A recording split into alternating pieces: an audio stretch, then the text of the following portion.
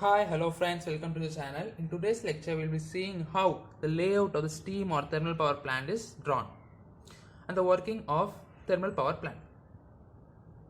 Okay, this is a very important chapter in the power plant engineering. It's a very important concept in power plant engineering. It also comes in our competitive examinations as well as our university examinations. It is very important questions in the power plant engineering for mechanical 7th sem in Anna universities and other universities. Okay, let's see. What are the circuits in a thermal power plant? There are basically four important circuits in a thermal power plant. That is, first one, coal and ash circuit. Second one is the air and flue gas circuit. Third one is the water and steam circuit. Fourth one is the cooling water circuit. We will see these four circuits, how it is employed in the thermal power plant layout. I'm going to now draw the thermal power plant layout and I'm going to explain things. How is the working, what are the components there and all.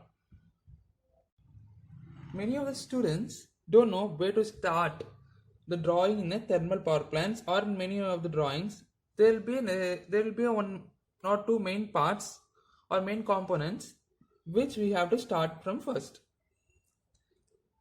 If we know that green parts, from where should be drawing, where should we start first drawing, then we can draw the compound layouts very easily and in a simple way. Now just see, for drawing a layout of steam or thermal power plant, we must first draw a boiler. It will be connected to a turbine. We also know that.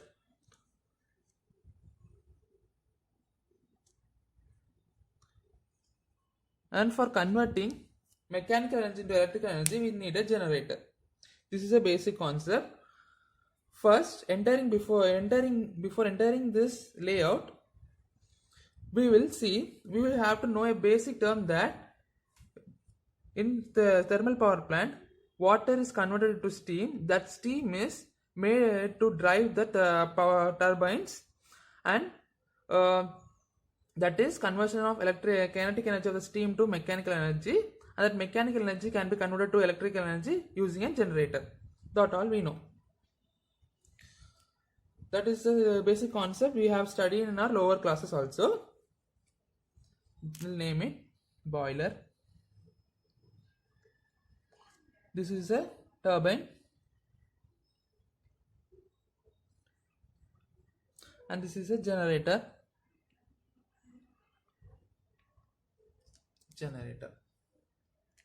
Now, for boiler, we have to supply heat. For supplying heat, we need a fuel. That fuel we are using here is as coal. That is a solid fuel. So, for that we need a coal storage.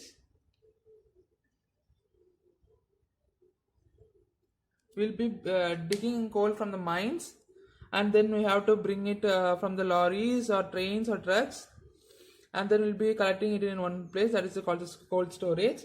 Then will be coal handling. Coal handling is pulverizing of coal, that is cutting into small desired pieces. We can't put the hard rocks in a boiler and burn it, because then the size of boiler becomes so small, and it will be also having lot of dust in it.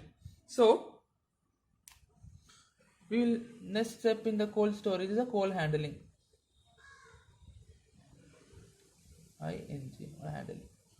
Then the next step is feeding that coal in the boiler.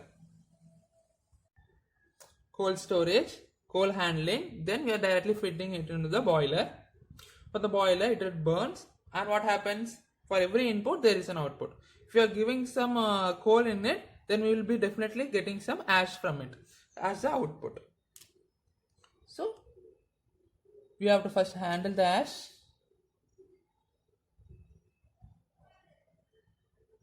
Then we have to store in some place and then dispose.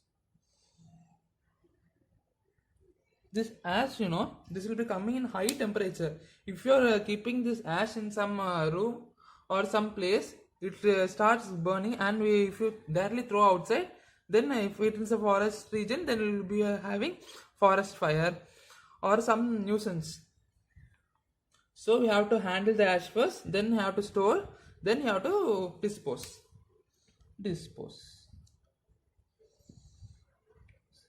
Okay. We have bought the coal, we have handled it, and then we have fed the boiler. Then we have burned that coal, then we got ash, we handle that ash, we suitably handle the ash, then we are storing it in some place, then we are handling means that is cooling of ash, then we are storing it some place, then we are disposing it. Then comes the air circuit. This is the coal and ash circuit. Then comes the air circuit. For burning of any fuel, we need oxygen supply, air supply. Okay. For that, we are taking air. That air will be heated from a preheat, air preheater.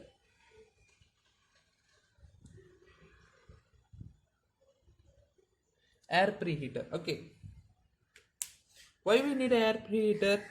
If I am supplying the normal air, then what happens? It will take a lot of time to get to heat, right? If I am supplying direct air from the atmosphere, it will take generally about 2 to 3 hours to start burning, because it contains some moisture. First, this moisture has to be eliminated. Then the air should be supplied to the coal for heating. So, what happens if we supply the air through an air preheater, the air will be considerably heated to some amount. Then it is directly fed into the boiler. This air is directly supplied. This air is directly supplied to the boiler. Okay.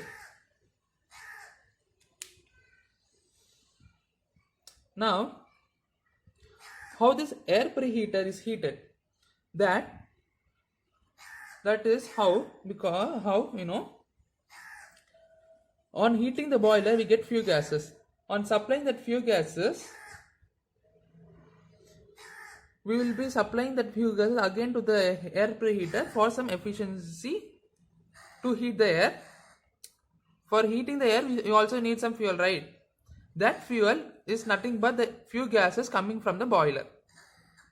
That few gases coming from the boiler made in the boiler is designed in such a way that the few gases pass through the boiler, and that incoming air from the atmosphere absorbs the heat, and the few gases is then sent to chimney, then eliminated. Okay. Chimney.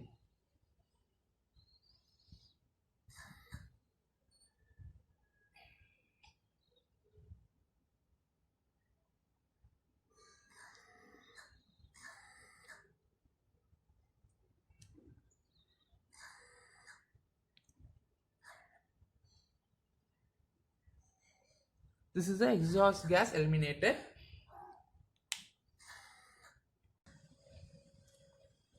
The flue gas, after burning, the flue gas comes again to the air preheater, which heats the preheated air, that is the atmospheric air.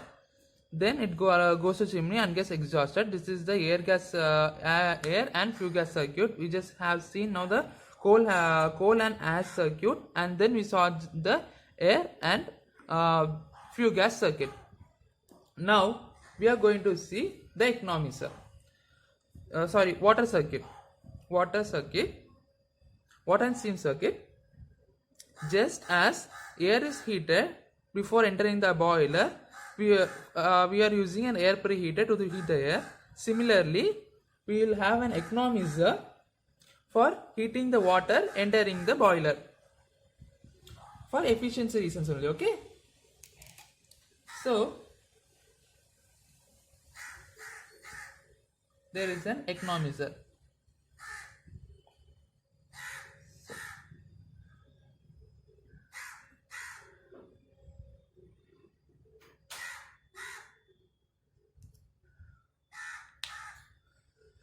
Just imagine that we already fed the boiler with water, we have supplied coal, we have supplied heat, air, then heated, then water here is converted to steam. The steam has driven the turbine and we got some electricity. Now the steam will then be allowed to inside a condenser where the steam is converted into that low pressure steam. After heating,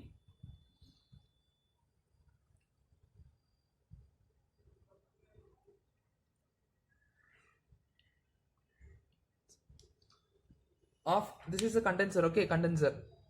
After heating this, the steam coming from the boiler will be in high pressure, but after hitting the turbine blades it comes to low pressure. After coming to low pressure, we can't directly send that water directly to boiler. So for that reasons, we first condensate the boiler. We condense that steam using a condenser. Condenser is a cooling water circuit. Okay, condenser. The condenser means applying moisture to the steam.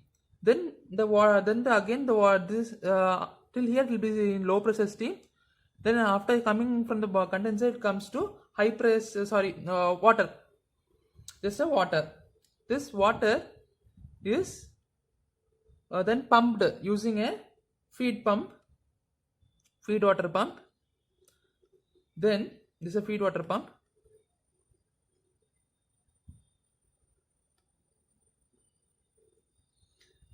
Then it is low pressure heater. We'll heat this. This is of a low pressure water only. We'll be using a heater here. This heater is called low pressure heater.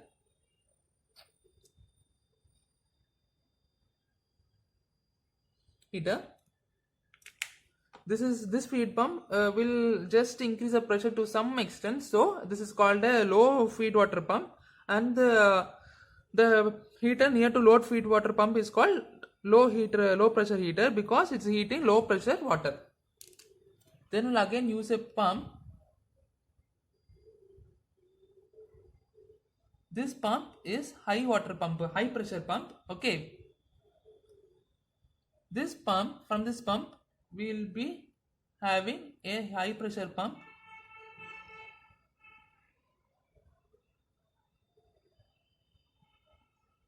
From high pressure pump we will be again sending into a pump for final maximization of pressure. Then we will be allowed this water into an economizer. Okay.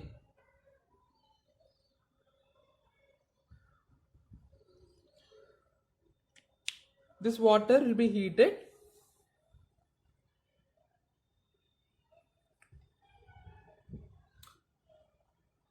Wait a minute, guys.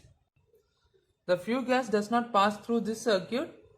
This comes to the economizer, heat the water there, then it goes to the air preheater. Okay.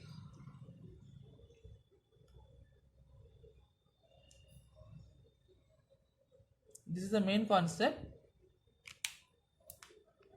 Everyone gets confused in this area. See how it was little bit confusing.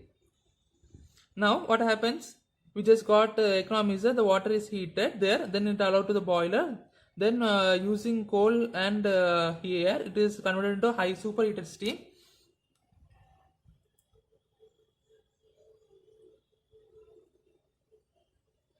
Superheated steam is nothing but high pressure steam. That high pressure steam, superheated steam only can run a turbine blade. If you are supplying normal saturated steam, what happens? There will be moisture and the blades will get rusted, corroded, etc. It will get corroded, rusted, and we have to change the blades every month. Can we change the blades every month? You only say no. Definitely can't.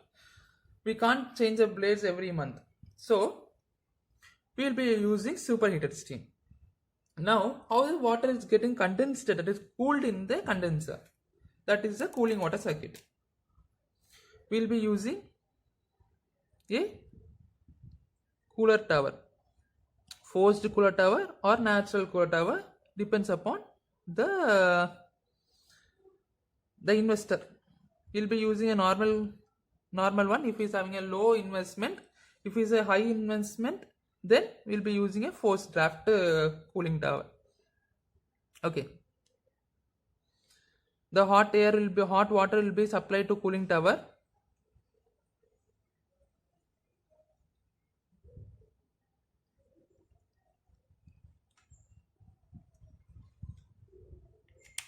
From the turbine, we'll be getting steam, hot steam. That steam will be condensing with water. The water will be taking the heat.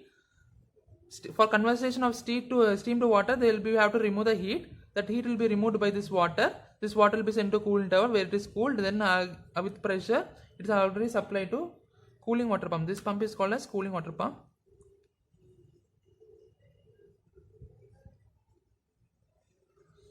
Where it is again the pump will be supplying cooling water to the condenser where the heat is removed. Then again after the heated water will be going to the cooling tower. From there it will be using forced draft tower or with a natural draft cooling tower. The water will be cooled again. Then again this cycle will be rotated. Here there are 4 cycles: coal and ash handling cycle, coal and ash handling circuit. Then the pre-air and fuel gas circuit, the steam and water circuit, then finally the cooling water circuit. Water, and here is the water, here is the steam and water circuit, then the cooling water circuit. These are the 4 circuits in the layout of steam and our thermal power plant. Once again I will explain you. First we are taking the coal, pulverizing it, that is handling it. We are storing it in one place. We are getting from we will have coal in India. There is we have coal in we have bituminous coals from Andhra Pradesh, Telangana sites, and we will be taking a boiler. Okay, you can see we have Neyveli plant, right? In the Neyveli plant, Neyveli Lignite Corporation plant, where lignite is collected, it is stored and it is pulverized in powder form. Then powder or small sizes. Then we are feeding into the boiler. We are supplying air from atmosphere. From the atmosphere we can't supply the direct air because it takes a lot of time to heat. So we'll be already supplying a hot air from the air preheater. Both the fuel and air get mixed up. Then we will be firing it. Then we will be getting ash on one side. The water will be already present in the boiler. It will be converted into superheated steam and it will drive the turbine blades. When the blades, the kinetic energy will be converted to kinetic energy of the steam will be converted to mechanical energy. The mechanical energy will be converted into electrical energy through generator. Then we'll be allowing the steam, that is after heating it won't be a superheated condition, so we need to further create it into a superheated steam. So we'll be first condensing it and changing into water. Then we'll be using low pressure feed pump. We'll be adding a little amount of pressure. We can directly add high pressure, then definitely some problems will be coming.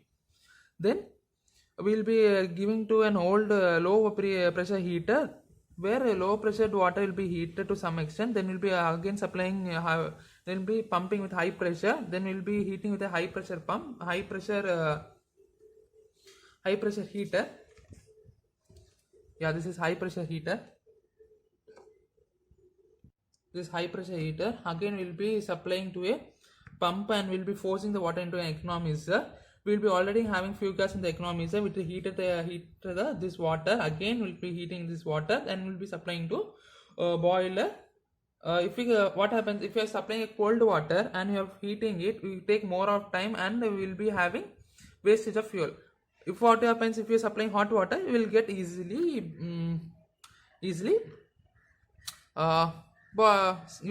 superheated steam. For example, we are using a we is having a idli maker. For idli maker, if you are apply, we have to take water. We'll keep idlis here. We'll steam it. It will if you are giving cold water first, it takes time for heating this water, then cooking starts, steaming of that idli starts. But if you are supplying hot water, this already the hot water is in hot conditions. If this idli takes nearly 1 hour for heating, after supplying hot water it will just take about 20 minutes. In the same way we are supplying hot water for easy conversion of steam into superheated steam, hot water into superheated steam. This is a working for steam power cycle plant. This steam power plant has advantages, that is it is of low investment is low. Coal is we are getting from nature. Coal we are getting from nature. We can dug it and store in some place. So we for if you are having, we does not depend on nature's mercy. That is, if there is a storm, we can't run a windmill. If there is rain, we can't run a windmill. If there is no air during summers, we can't run the windmill. So but here we are having 24/7 coal in the cold storage areas. We can heat and take the electricity whenever we need it. Does not depend on the nature's mercy. A third point is transmission costs are low. Transportation costs are low. If we are situating a thermal power plant near the mine areas, transportation cost is low, and in the time required for more construction and commissioning of thermal plant is also less in time. Okay, we can easily consider we are placing a boiler, just placing a turbine, just placing a generator, this is a condenser, all small parts only. Economizer also small parts. Construction of chimney is also a small part, not a very much a big deal. Now we can easily construct a boiler. These are the advantages of the thermal power plants. Once and more I will say you, nature's mercy does not depend on nature's mercy. Investment is low. I'm going to wrap this. If you want, you can take a screenshot. Okay, I think you have taken a screenshot.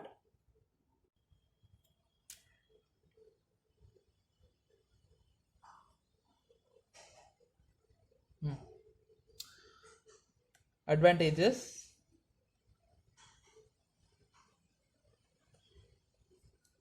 does not depend on nature's mercy. I told you it does not depend on nature's mercy. If there is storm, there is summer time, there is a rainy time, we can run this thermal power plant and get the electricity. Low investment.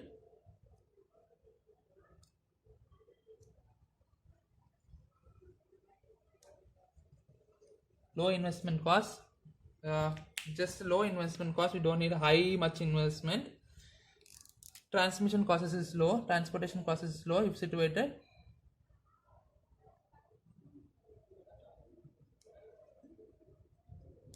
Low if it is situated near the coal mine area. We have Neyveli Valley lignite. We are getting lignite from Neyveli Valley, and we are not using much transportation for Neyveli Valley Lignite Corporation, so the transportation cost is low, and time requirement for construction is also low.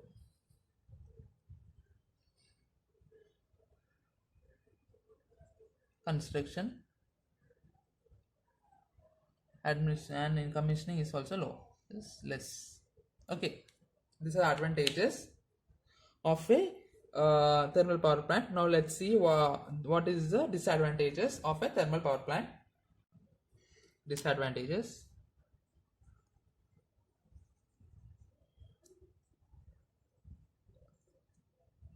compared to hydroelectric power,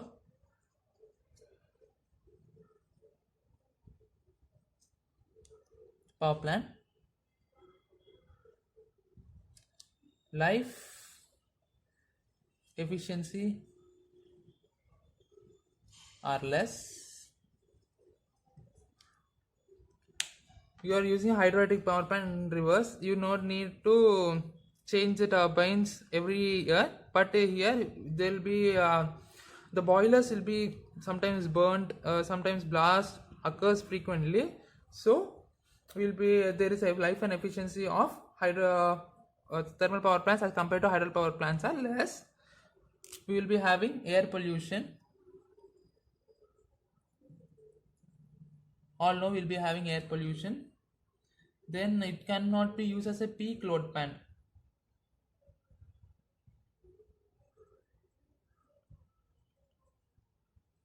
You can't change this load higher and higher every time. You can't. That is called the peak load plant.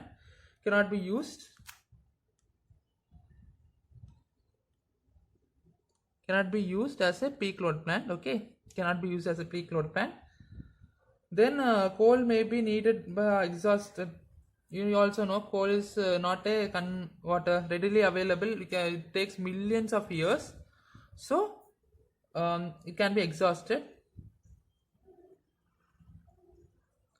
Said by time. Coal takes million of years to make, so it gets exhausted by time. This is the fourth disadvantage. These are the disadvantages of thermal power plant. If you hope you like this class. If you like this class, please subscribe and share with your friends. Your sharing your views are my motivations. Please share with your friends and subscribe the channel. Please subscribe the channel. Bye. Let's see with another topic from the thermal power plant. Bye.